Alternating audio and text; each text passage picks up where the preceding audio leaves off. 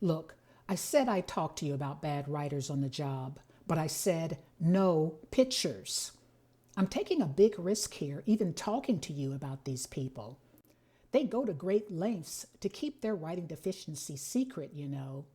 I can't be the party who outs them. I might get sued for defamation of character, or even worse, someone might eat my keto lunch I hid in the back of the fridge.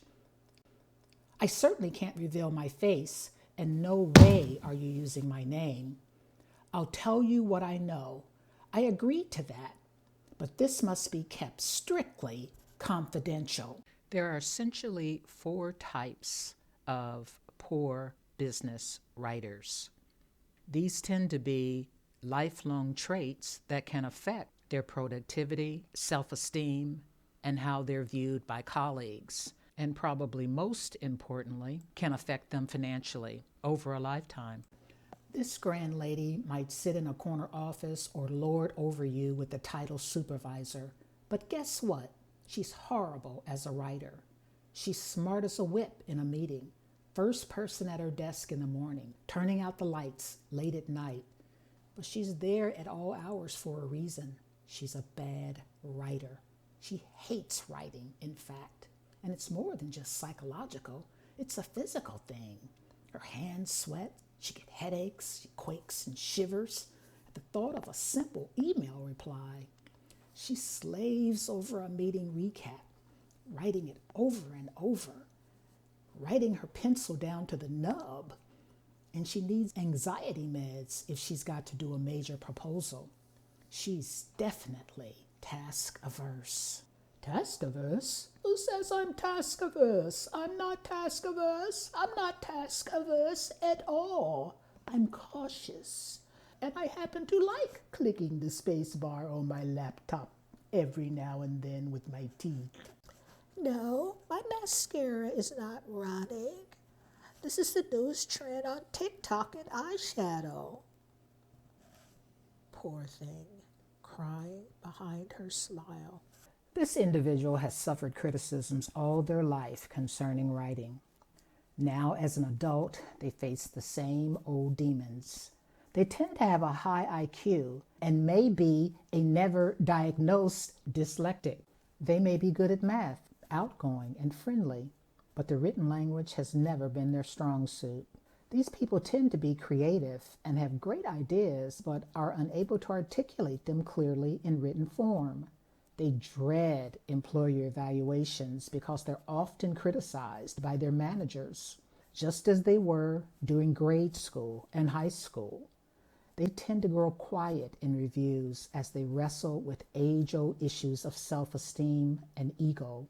Some lose jobs, but many hang on because of their magnetic personalities and work ethic. But colleagues consider them a low-level incompetent from poorly written emails, meeting agendas that require further explanation, and proposal ideas that never see the light of day because they can't write them up. Ooh, was that due today? I didn't know that was due today. I thought it was next week. Oh no, I'm never going to get this done in time. Can you help me, please?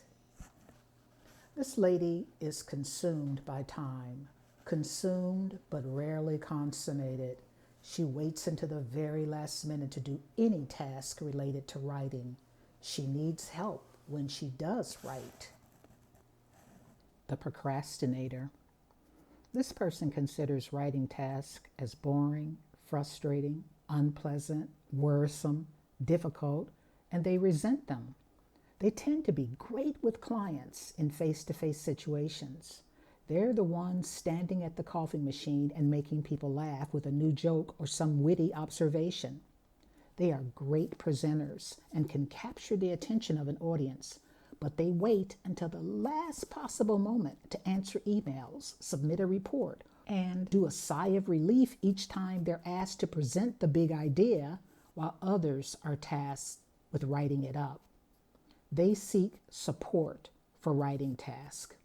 As a kid, their mother reviewed and corrected their homework. She might have even written reports or try to structure something written to be more coherent and clear. And as an adult, this individual seeks out smart girlfriends or work husbands who can assume the editing job formerly held by mother. They're tasked with proofreading the procrastinator's documents before they're submitted, or reminding them of upcoming work so that they have adequate time to proofread. She is the procrastinator. Mirror, mirror on my wall, tell me I'm not the worst writer in the company after all. This individual has a work reputation to protect. She may be a senior manager or even a small business owner, but her writing is subpar, and she knows it. She's been lucky so far. The fates have been with her, but she knows it's only a matter of time when something she's written poorly, maybe it's an email or a meeting recap, is going to be judged by others as inferior. But lately it's getting harder and harder to keep her deficient writing skills secret. She waits in fear of being found out. She doesn't have to wait for criticism. She gives them to herself almost daily. She is the self-recriminator. The good news is you're never too old to learn a new skill, such as becoming proficient in business writing.